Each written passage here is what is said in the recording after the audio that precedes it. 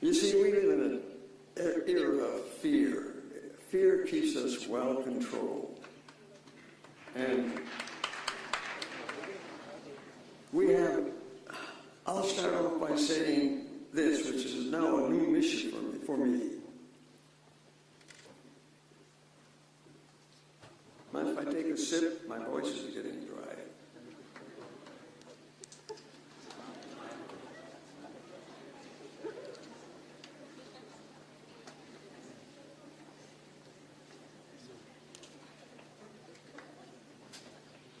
When I was awaiting trial for my last trial, I was at a friend's home, warming my feet at the fireplace. We had bought books that day at a discount bookstore, and I bought a book entitled The Constitutional Amendments. Now, I never cared much for civics anyway. And I said, I don't know much about constitutional amendments. I think I'll get it. It's a small book. I'll skip through it quickly. Everything was fine until I got to amendment number 9. And a big light went up over my head. I said, gee, I didn't commit a crime. I had the right to do that all along. That woke me up. I don't think many of you know about the 9th Amendment. You never taught about it in school. No one mentions it. It's never been used, although it's in the Constitution, in the Bill of Rights. You know, when the Founding Fathers were laying out the Constitution, many colonies objected because they said, you haven't listed any rights. We came away from a country that did that. They said, okay. Send us some suggestions and we'll put them in the rights. And so they have amendment number 1, amendment number 2, amendment number 3, and you all know these. You hear them all the time. You know, militia, carry guns, free speech, free assembly, free press. You heard all that. Every one is in the 9th Amendment. Every one. You didn't need any of them. The 9th Amendment is 21 words, and it's the most powerful amendment in the Constitution. Never been used by the corrupt Supreme Court. Never.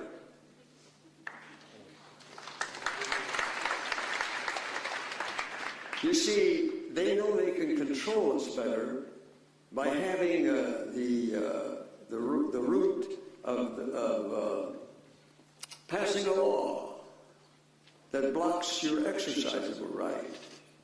And they think, they try to teach us that laws, that rights and crimes are defined by words, created by words.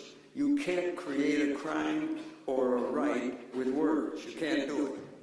All the law does is block your exercise of the right because you're born with all the rights.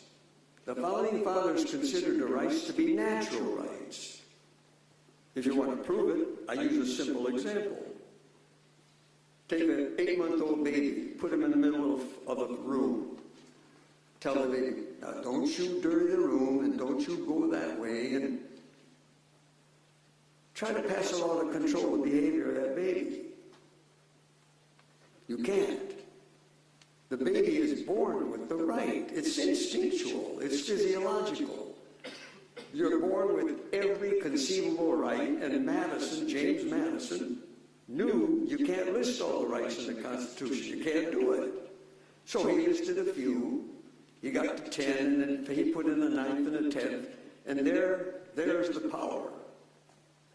It says, the enumeration, meaning the listing, in the Constitution, comma, of certain rights, comma, isn't that understandable so far? Shall not be construed, and you know what construed means, your college group, to deny or disparage others, meaning other rights, retained by the people. 21 words. Did anyone not understand that? If you did, please contact me. You didn't, please contact me after the speech and we'll discuss it. I'll try to enlighten you. The words mean things, retained by the people. You see, you're born with them. Despite any law, any constitution, you retain them. You can't take it away. They're inalienable. Can't be transferred to any other entity. The only way they can deprive you of rights is by killing you. That's all. As long as you're alive, you have these rights. But they learned early that all they can do to control you is pass a law. Now, prohibition made it a federal crime when you drank alcohol. How can that be a crime? Everyone knew that. How can that be a crime? The law didn't make it a crime. The law just stopped you from using your right. I define a crime my way. It isn't the way the dictionary says that it's an illegal act. An act, against the law. This is what destroyed my faith in law. I have very little respect for law because, as Jeremy Bentham said, the famous English philosopher, every law is an infraction of liberty. Every law. It stops you from using a right. But now remember one thing, though, when you hear talk like this, there's one condition involved that you must use complete, I use it this way as an equation. Absolute self-determination equals absolute self-mastery. In other words, what's lacking is the discipline, the self-discipline.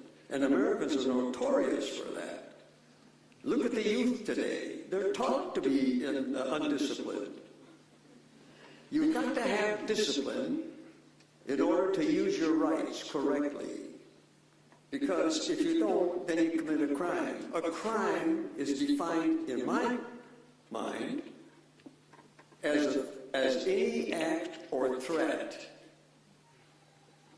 of malicious intent, verifiable malicious intent, against any person or against any person's property without due consent is a crime.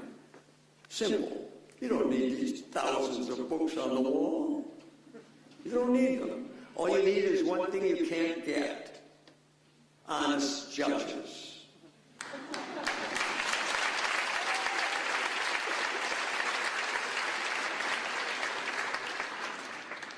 Jennifer Berman, I don't know who she is, but I like what she said. She said, Supreme Court justice is an oxymoron. That's very, very clever observation. You know we have a Supreme Court that's corrupt. The proof? I think it was, the 17th Amendment was prohibition, if I'm not mistaken. The court okayed it. Let it go. They said, that's all right, that's legal. Constitutional. When everybody in the country knew it wasn't. Everybody did. Even the dumbest guy on Skid Row knew it. Now, how do we know they're liars? Because 3 years later, they changed their mind. There's 2 amendments to the Constitution we didn't need, because it's in the 9th Amendment. You're free to drink any kind of alcohol you want, whenever you want, as long as you don't harm anybody else. Gold at one time was a federal crime if you had it in your pocket. How could that be a crime? See, these are mechanisms of fear that control, and that's what we're all victims of. We are the most propagandized people in the world.